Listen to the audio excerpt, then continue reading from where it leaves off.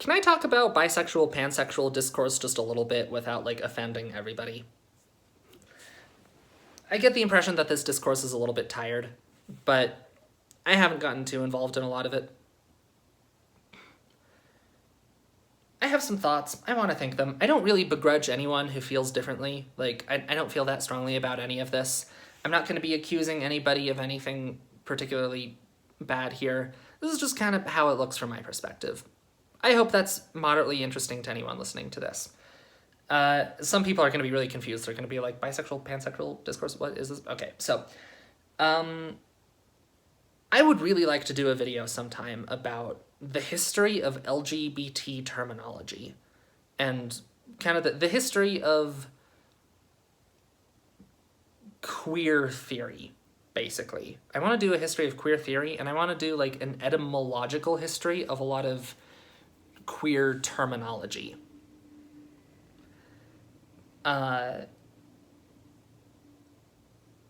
Because I get the impression that a lot of the way we talk about things in the queer community...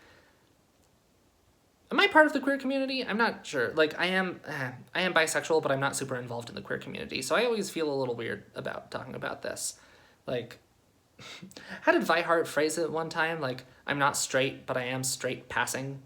I feel that way a lot of the time. Like, I'm not straight, but I experience a lot of straight privilege because that kind of comes with being bi. And, like, bisexual people can experience homophobia. Like, I would much rather be... I think I would much rather be a homosexual in San Francisco than a bisexual in the Deep South. But, like, a lot of oppression is, like, really specific to this or to your individual circumstances. But I think it is, it is worth recognizing that, like, bisexual and pansexual can benefit from straight privilege, even though they're not technically straight, even though we are not technically straight. So anyway, the queer community has had to evolve over the time. I get the impression that the term bisexual is much older than the term pansexual.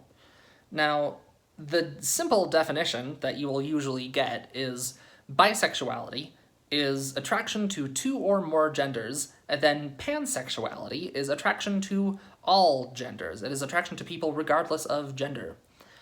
And this seems like really splitting hairs to a lot of people. I get the impression that the reason we have these two different words is for, like, weird, wonky historical reasons.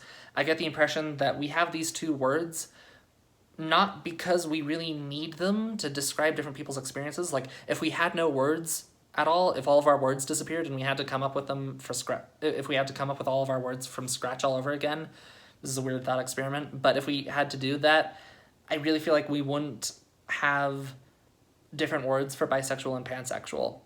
That's my feeling about it. Maybe you feel differently. There are interesting arguments to the contrary, but I want to do a lot more research about the history of the queer community and the history of queer terminology. But I've done just a tiny bit of research.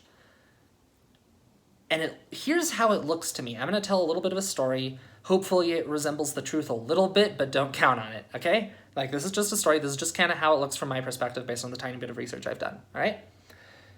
It looks to me like early on in the queer community, people came up with this idea of bisexuality because there were, we had established that there were gay people. There were homosexuals. There were gay people. They were attracted to the same gender and not the opposite gender. But then some people were like, I'm attracted to both. I'm attracted to people of my gender and people of the opposite gender. What do we call these people? Let's call them bisexuals. They are attracted to both genders. And now you will see how this became problematic down the line, because eventually, as the queer understanding of gender evolved, people got into their heads, rightly I think, that there are more than two genders. Like, that is kind of queer orthodoxy at this point, I think. It seems kind of standard in progressive communities at this point for people to be accepting of the idea that there are more than two genders. which problematizes the word bisexual. And, I think this makes sense. I've talked about gender a lot before, but, like, my sibling is non-binary. My sibling goes by they, them pronouns. I think it is, I think it makes perfect sense and is very reasonable to say that my sibling is neither a man nor a woman. So is a bisexual allowed to be attracted to my sibling? Is anyone allowed to be attracted to my sibling? Like, what do you call someone who's attracted to my sibling? Like, the queer community didn't really have terminology to describe this. And I get the impression that there were essentially two responses to this. One group just decided to append a little bit to the definition of bisexual. One group basically just wanted to reform the word bisexual to mean something slightly different. They wanted to just kind of tweak it a little bit. Whereas the other group was like, no, the word bisexual is problematic. Let's come up with a new word that better describes this. So the bisexuals were like, a bisexual is a person who is attracted to two or more genders, and then the pansexuals were like, bisexual is, the pansexuals were basically like, we are attracted to people regardless of gender. We're attracted to men and women and everyone in between. And personally, I think that these are both perfectly fine responses. You had this kind of problematic term. Do you change it? Do you try to change the definition of this term to be slightly different?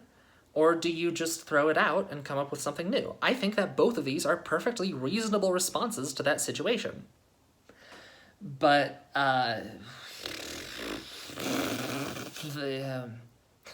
from what I can tell, there's a little bit of, there can be some hostility. I went on a date with someone one time. She identified as pansexual, and she explicitly, I tried to ask her, what does pansexual mean, and what is the difference in your mind between pansexual and bisexual? And she was like, bisexual people are attracted to two genders, pansexual people are attracted to all genders. And I'm like, two genders then. And she was like, yeah, like pansexual is like broader, more inclusive. And I'm like, so pansexual people are attracted to like more people than bisexual people? And like, she was like, yeah, pretty much. And I was like, who would a bisexual be, like, who would a pansexual be attracted to that a bisexual would not be attracted to? And she was like, I don't know, non-binary people, maybe? And it came out. It took some prying, but I basically like pried out of her that like, she basically thinks of bisexual as being explicitly, what's the word for non-binary phobic? There's a word for that, but I forget what it is. Non-binary exclusionary, maybe? I don't know. Point is, it took some prying, but I had to kind of, but eventually, I could get out of her that, she thought of bisexual as inherently exclusionary toward, like, a bisexual person is attracted to men and women, but not non-binary people. No one is like that. I've never heard, maybe someone like that exists, but I have never heard of anyone who identifies as bisexual because they are attracted to exactly two genders. I've never heard of anyone like that. I've never heard of anyone who's like, I'm attracted to men and women, but not non-binary people. Now, it gets even more interesting and weird and convoluted here because, there's a little bit of hostility here because the pansexuals think that the bisexual people are being non-binary exclusionary, whereas the bisexuals think that pansexuals are like making up a new word for no reason and then accusing them of being non-binary exclusionary. Like there's distrust all around. But here's the thing. There's this tendency in the queer community to basically say that all self-identification is valid, that anything you identify as, you are that. That if you need to make up a new word to describe your particular experiences, you go right ahead, we will add it to the dictionary. And I think this is kind of necessary, because the whole queer, like, it creates confusion a lot of the time, but from what I can tell, the queer community is basically founded on the idea of, like, I don't know, it's almost an extension of feminism. Like, the queer community feels to me like this kind of, it's becoming more accepted over time, but it at least started as just sort of this radical effort to just sort of destroy gender norms as they existed, of like destroy the idea that men are only ever attracted to women and women are only ever attracted to men, destroy the idea of men and women existing as these binary categories entirely. Like the whole queer community was based around, was and is based around destroying the whole traditional idea of the proper roles of men, for men and women, and how they relate to each other, and what it even means to be a man or a woman. But that doesn't mean we all agree on what to replace it with. That doesn't mean we all have the same vision for, should we even have the categories of men and women? If we do, what should those categories mean? That doesn't mean we all agree on just a lot of things. That doesn't mean, just because we all oppose the old traditional way doesn't mean we all agree on what to replace it with. So I think we've kind of adopted just sort of this really... We've adopted this sort of attitude of, everyone should be free to just kind of do what they want. We've kind of settled on this basic libertarian ideology, basically. I use libertarian in the broad sense, not in the specific political sense. I mean libertarian as in everyone do what you want. It doesn't really matter. And, we're all kind of united around this basic idea of, do what you want. But what that means, part of do what you want, is say what you want about yourself. Describe yourself the way you want. Describe yourself in whatever way feels true to you, which is a little bit problematic because language is an inherently really communal thing. Language is inherently a thing that involves multiple people, and they all need to agree on what words mean in order for anything to make sense. And I feel like it was sort of a necessary political move, basically, on the part of the LGBT community. I'm not saying anyone was consciously thinking this. I think it was just kind of a thing we settled on through trial and error, where we eventually just kind of decided that, look, we can't squabble all the time about what it means to be a man, and what it means to be a woman, and what it means to be gay, and what it means to be straight, and what it means to be bi, and what it means to be pan, and what it means to be agender, what it means to be bigender, and what it means to be pangender. We can't be squabbling about all of this all the time, otherwise, the homophobes are gonna come and kill us all. We need to be united around, we all need to be functionally united.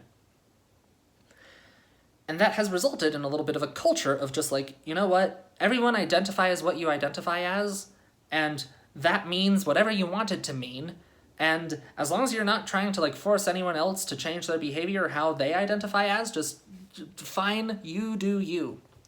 And I think that's, given the circumstances, kind of a good move, kind of politically necessary, but it's created some confusion. And, if someone is sitting there trying to make sure that the gay people don't, if you're sitting there trying to keep the gay people from being too suspicious of the bisexual people, and if you're trying to make the binary transgender people get along with the non-binary people, if you're just trying to get everyone on the same page, what do you do about the bisexuals and pansexuals?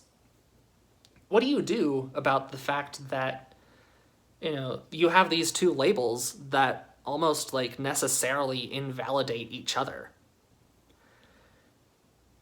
We came up with this weird little workaround, from what I can tell.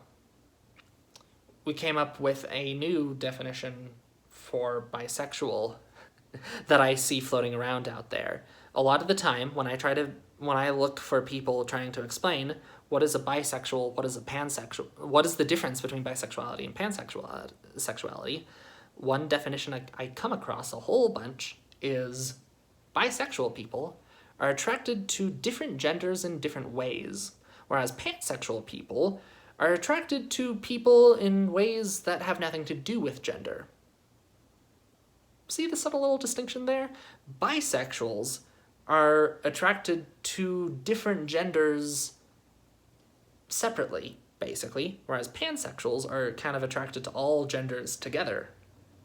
This way, both bisexuals and pansexuals get to be attracted to people of all genders, but you have essentially, like, I don't want to say retconned, but, like, you've, like, from what I can tell, this definition of bisexuality is relatively recent. From what I can tell, first there was all the other stuff I talked about, and then people came up with this. And I think it was essentially in an effort to, like, make it, like, give these words definitions that do not invalidate each other. Like, make it so that people who identify as bisexual are not necessarily, like, saying that people shouldn't identify as pansexual, and make it so that people can identify as pansexual without necessarily saying that people shouldn't identify as bisexual. Like, I get the impression that, like, people came up with this definition, and then other people were like, that sounds like it could be true. Like, that sounds like it fits, you know? That sounds reasonable. Like, that sounds like it makes sense given those prefixes, you know? Like, it's plausible, and also it resolves the tension. No. It calms things down, brings them together rather than driving them apart. But the thing is, that doesn't make a lot of sense, does it? Like, attracted to different genders in different ways? What does that even mean, different genders in different ways? I'm attracted to each person individually differently. Like, I'm attracted to blondes differently than I'm attracted to redheads. I'm attracted to men with beards differently than I'm attracted to shaved men. Like, I'm attracted to each person differently. It's like, attracted to different genders in different ways? What does that even mean? I'm probably attracted, like, the way I feel when I look at men is who I'm attracted to is kind of different from the way I feel when I'm attracted to women, but, like, that applies to lots of different categories. Do I need a special prefix to say that I'm attracted to blondes and redheads differently? To bearded men and shaved men differently? Like, it makes no sense that we would have two different words for this really weird, subtle distinction that I would have no idea how to figure out which of those two I fit into best.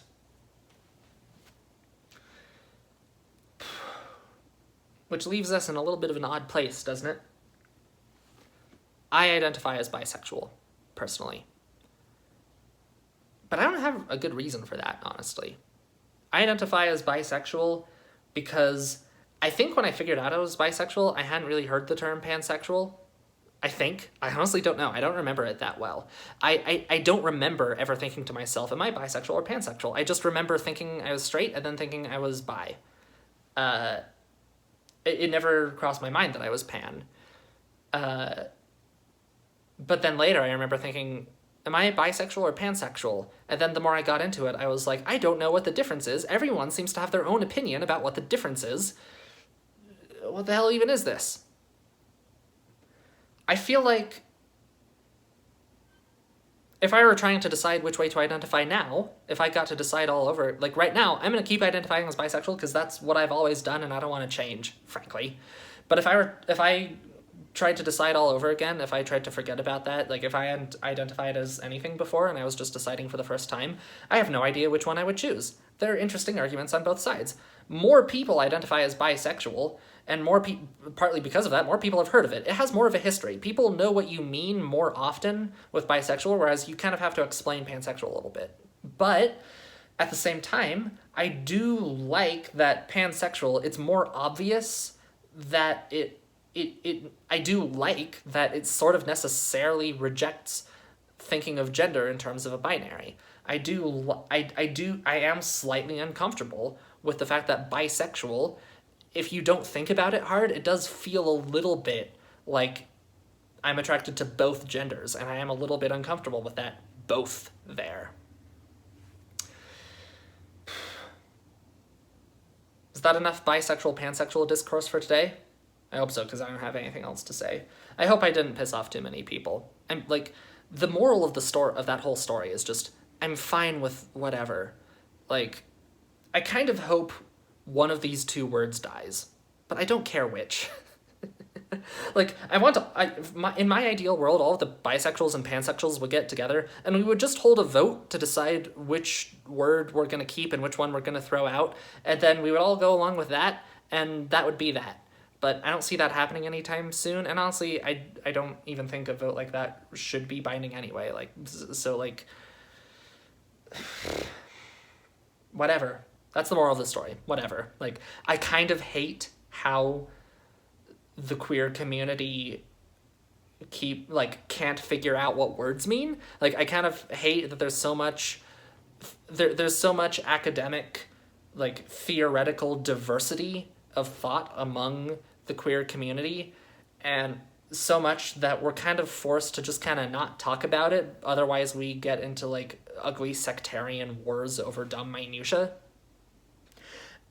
Like, I hate the fact that we have to do that, and that we have to kind of put up with all of this ambiguous terminology, and, like, that the fact that we don't have any good words to the fact that we don't have a consistent set of words, and we don't have a consistent set of definitions, because, like, I feel like that would maybe help us a little bit in, like, the propaganda war with the rest of society. Like, it could maybe help with LGBT activism if, like, we had a consistent set of definitions that we were trying to promote, instead of just this weird grab bag of different opinions, and, like, things mean whatever people want them to mean. Like, that things people mean whatever people want them to mean does not help anybody understand what a pansexual is who's never even heard of the idea, you know?